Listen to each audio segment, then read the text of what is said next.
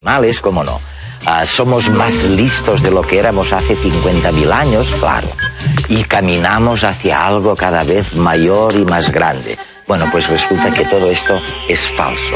Son las cosas que nunca debimos aprender. A continuación, en redes. Una manera de celebrar parsimoniosamente la primera década de redes es repasando todas aquellas cosas con nuestra audiencia que hemos desaprendido juntos. Me refiero a las cosas que nunca debimos aprender y que tenemos que olvidar. Que estamos programados para morir, que somos más inteligentes de lo que éramos hace 50.000 años, que caminamos hacia algo mejor y cada vez más grande. Son las cosas que nunca debimos aprender y que debemos olvidar.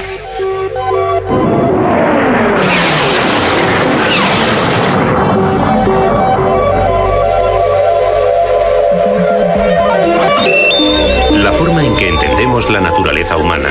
Tal vez sea esta una de las primeras lecciones que debamos desaprender.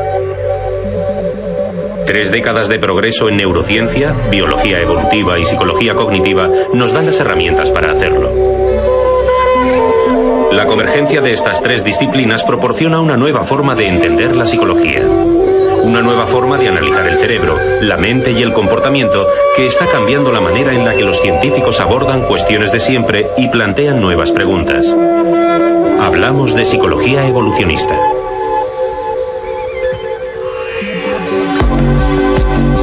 Según este punto de vista, el cerebro es un conjunto de máquinas procesadoras de información que fueron diseñadas por selección natural para solucionar los problemas adaptativos a los que se enfrentaron nuestros ancestros cazadores-recolectores. Esta colección de maquinaria computacional es la base de nuestras aptitudes naturales, nuestra habilidad para ver, para hablar, para enamorarnos, para temer las enfermedades, para orientarnos, entre otros muchos instintos que solemos obviar o asociar a conceptos como la razón o la cultura.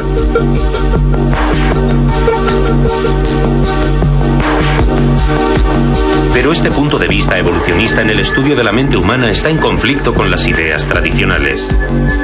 Antes y después de Darwin, la corriente principal que domina las ciencias sociales es bien diferente. Todo el contenido de la mente humana proviene de fuera, del entorno, de la sociedad. Nuestro cerebro simplemente nos permite aprender, imitar, adquirir cultura. Nuestra mente es una pizarra en blanco donde la experiencia va dibujando lentamente todo su significado. Steven Pinker, profesor de psicología en la Universidad de Harvard, desarrolla en su libro La tabla rasa todos estos conceptos evolucionistas para intentar encontrar el origen biológico de la naturaleza humana. Y no menos importante, para intentar saber por qué históricamente esta visión ha sido tildada de cínica y negada.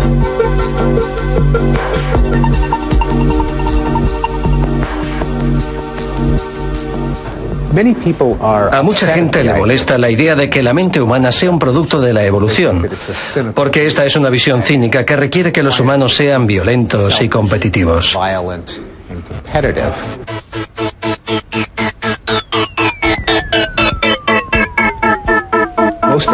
La mayoría de biólogos evolucionistas creen que, por ejemplo, la capacidad de altruismo surgió por evolución en los seres humanos, porque si 2 personas se hacen favores, entre ellos obtienen mejores resultados que si cada uno es egoísta. Por tanto, la evolución también puede verse como la fuente del sentido moral y de las tendencias más buenas. La capacidad de amar, la emoción, la simpatía, la gratitud, la lealtad. Todas estas emociones positivas son productos de la evolución junto con el lado negativo de nuestra naturaleza.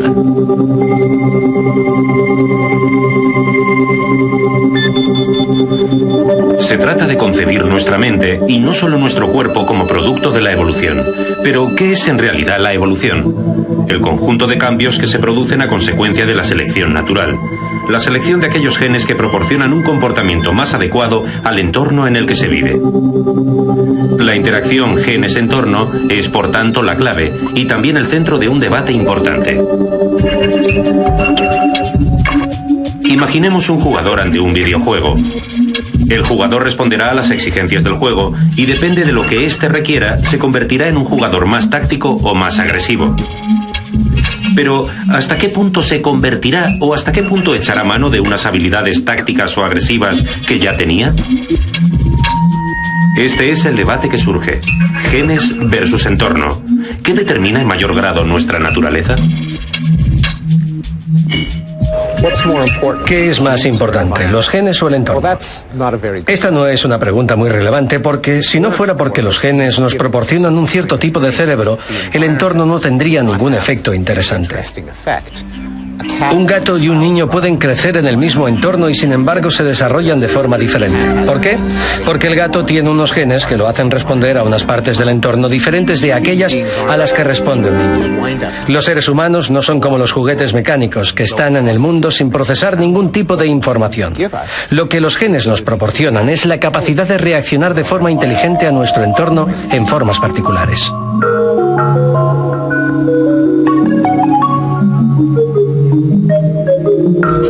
Cuando se completó el proyecto Genoma Humano hace 2 años, se descubrió que en el genoma humano había solo unos 30.000 genes. Algunos pensaron que eso no era suficiente para construir un gran cerebro y demostraba que debemos tener mucho espacio para el libre albedrío.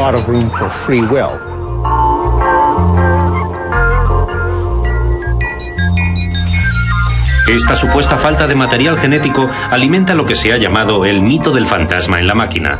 La creencia que las personas estamos habitadas por un alma inmaterial, responsable del libre albedrío y que no puede reducirse al funcionamiento del cerebro.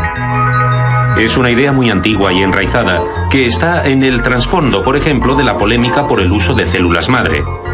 Los embriones de los que proceden estas células están ya provistos de alma y por tanto son ya una persona o todavía no. Es la idea de que aparte de las moléculas que nos constituyen hay algo más. Además, 30.000 genes es una cifra semejante a la de otras especies menos complejas.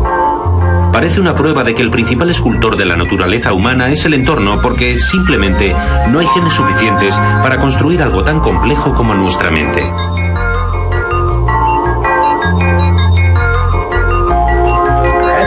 Creo que esta afirmación es una falacia. En primer lugar, hay otros organismos, como el gusano de tierra, que tiene 20.000 genes. Y no nos gustaría pensar que este pequeño gusano tiene más libre albedrío que nosotros. Lo importante es cómo se expresan los genes, el algoritmo, la receta particular por la que los genes construyen estructuras biológicas de unas determinadas maneras en unos determinados momentos del desarrollo embrionario. Lo que ocurre es que a la gente le gusta pensar que todos nosotros tenemos un cuerpo que incluye un cerebro y también tenemos una mente o un alma y que esa mente de alguna manera controla el cerebro, de la misma manera que un usuario controla un ordenador. Todos los fenómenos que siempre hemos pensado que correspondían al alma, las emociones, la moralidad, el razonamiento, la percepción, la experiencia, todos consisten en actividades fisiológicas en los tejidos cerebrales, pero la neurociencia demuestra que no se trata de que tengamos un cerebro, sino de que nosotros somos nuestro cerebro.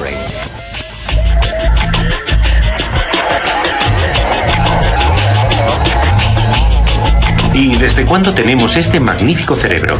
¿Es comparable con el que teníamos en la Edad de Piedra? Hay argumentos para suponer que sí. Hemos andado por este planeta 1000 veces más tiempo como cazadores-recolectores que como miembros de civilizaciones avanzadas. El mundo actual es solo un parpadeo si lo comparamos con toda nuestra historia evolutiva. Los niños, por ejemplo, todavía tienen un miedo innato a las serpientes, una emoción muy útil si vives en contacto permanente con la naturaleza. Pero no tienen esta reacción ante los enchufes que ahora representan un peligro mucho más cotidiano. Sin embargo, cuando miramos un documental sobre cazadores-recolectores, no nos identificamos con ellos. Persiste esa idea victoriana de los primeros colonizadores que nos encontramos frente a hombres y mujeres con una inteligencia más infantil, menos evolucionada. Y que la ciencia, la filosofía y el arte deben materializarse en habilidades mentales mucho más sofisticadas que las de las sociedades tribales.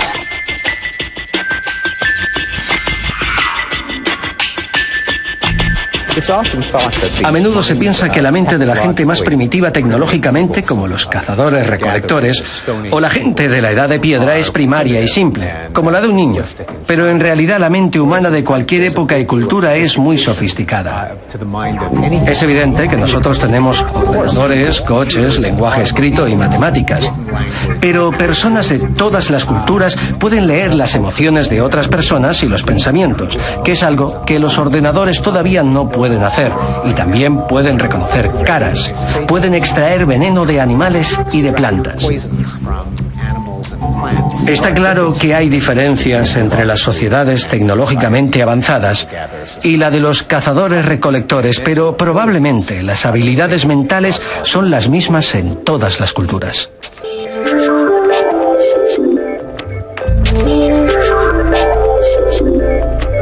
Casi siempre la cultura popular muestra cómo los seres humanos se comportan de unas maneras determinadas y se tiende a creer que las personas adquieren el comportamiento de la cultura. Por ejemplo, en las películas y en la televisión, los hombres son más violentos que las mujeres y a veces se cree que, por esos estereotipos culturales, los hombres y las mujeres tienen un comportamiento diferente.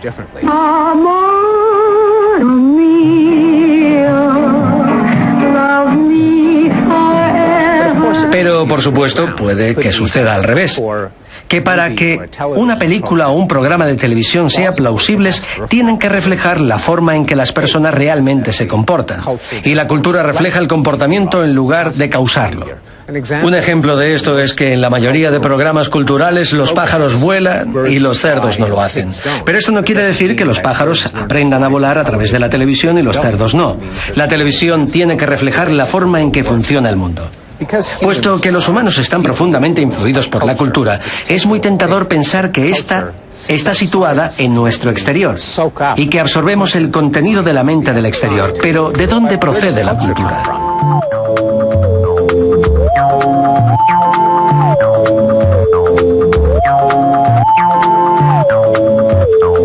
Es fácil caer en la trampa de pensar que si algo es producto de la evolución, debe presentarse desde el momento del nacimiento. Y si no, es que es algo aprendido, algo externo a nuestra naturaleza. En realidad es absurdo. Las niñas nacen sin pechos y los niños sin barba, pero eso no significa que aprendamos a tener pechos o barba. ¿Por qué iba a ser distinto con las conductas? Al fin y al cabo surgen de programas cerebrales que también pueden madurar en cualquier momento del desarrollo. ¿Es el estereotipo del hombre duro el que hace que los niños aprendan a no llorar? ¿O por el contrario, este estereotipo refleja el desarrollo normal de la conducta masculina? Existe la convicción generalizada de que adquirimos nuestro comportamiento imitando unas pautas que dicta nuestra cultura. Pero, ¿de dónde procede esta cultura?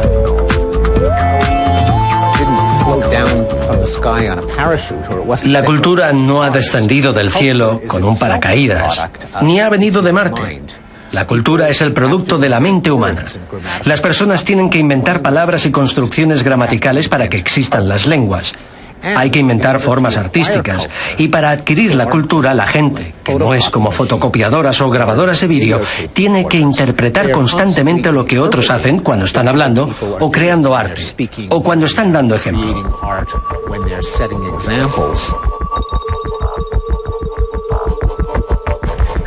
Está claro que parte de la cultura que afecta a las personas se aprende imitando a otras personas. A veces se cree que esto demuestra que la naturaleza humana no existe, que todo se obtiene de la cultura. Pero pensemos en cómo funciona la imitación. Es un proceso muy sofisticado que requiere una gran cantidad de circuitos innatos en el cerebro para poder funcionar. Para poder imitar hacen falta muchas habilidades cognitivas que permitan leer la mente de otras personas. La imitación requiere la capacidad de imitar, que es algo muy complicado. De forma que la misma cultura requiere unas habilidades muy complejas dentro de la mente para crearla y transmitirla.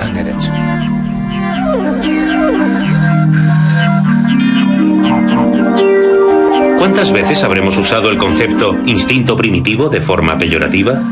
¿Cuántas veces habremos asociado los instintos exclusivamente al sexo, la violencia, la alimentación? Aunque a veces decimos que un músico compone una melodía de forma instintiva, y eso nos parece bonito, los instintos nos resultan primarios mientras el aprendizaje es superior. Nos gusta pensar que nosotros, Homo sapiens, seres racionales, podemos obviar nuestros instintos. Lo hacemos gracias a la razón, a la cultura. Los animales, sin embargo, están atados a sus instintos, por eso somos más inteligentes. Creemos que ellos tienen más instintos mientras nosotros tenemos el aprendizaje. Eso nos dice... Animales, cómo no. Somos más listos de lo que éramos hace 50.000 años, claro. Y caminamos hacia algo cada vez mayor y más grande. Bueno, pues resulta que todo esto es falso. Son las cosas que nunca debimos aprender. A continuación, en redes. Una manera de celebrar parsimoniosamente la primera década de redes es repasando todas aquellas cosas con nuestra audiencia que hemos desaprendido. Nuevas preguntas. Hablamos de psicología evolucionista.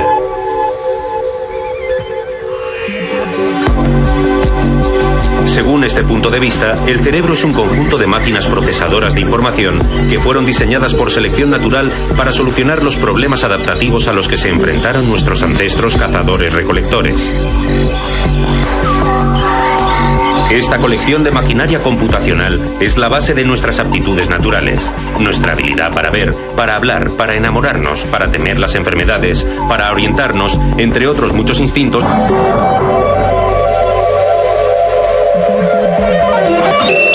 La forma en que entendemos la naturaleza humana. Tal vez sea esta una de las primeras lecciones que debamos desaprender. 3 décadas de progreso en neurociencia, biología evolutiva y psicología cognitiva nos dan las herramientas para hacerlo. La convergencia de estas 3 disciplinas proporciona una nueva forma de entender la psicología. Una nueva forma de analizar el cerebro, la mente y el comportamiento que está cambiando la manera en la que los científicos abordan cuestiones de siempre y plantean que solemos obviar o asociar a conceptos como la razón o la cultura.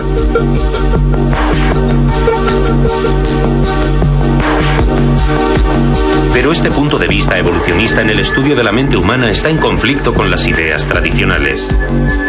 Antes y después de Darwin, la corriente principal que domina las ciencias sociales es bien diferente. Todo el contenido de la mente humana proviene de fuera, del entorno, de la sociedad. Nuestro cerebro simplemente nos permite aprender, imitar, adquirir cultura. Nuestra mente es una pizarra en blanco. Aprendido juntos. Me refiero a las cosas que nunca debimos aprender y que tenemos que olvidar.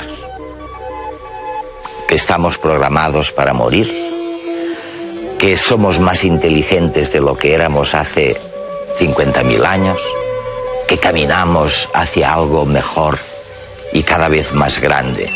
Son las cosas que nunca debimos aprender y que debemos olvidar.